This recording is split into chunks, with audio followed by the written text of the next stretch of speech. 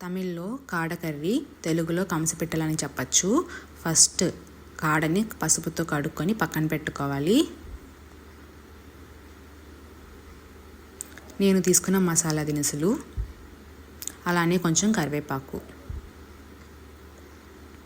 ఇప్పుడు బాండి పెట్టుకొని ఆయిల్ వేడైన తర్వాత వీటినన్నిటిని వేసుకొని వేయించుకోవాలి.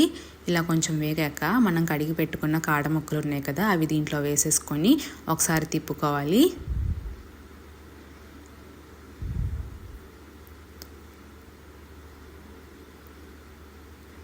ఇప్పుడు దీంట్లో మనం కావాల్సినంత ఉప్పు, కారం వేసుకొని బాగా కలుపుకుందాము. కారం మొత్తం ముక్కలకి పట్టేదాకా ఒకసారి కలిపేసుకొని ఇప్పుడు దీంట్లో మనం ముక్కలన్నీ మునిగేదాకా నీళ్లు పోసుకుందాము. ఇప్పుడు ఈ నీళ్ళల్లో ముక్కలన్నీ బాగా మరగాలి.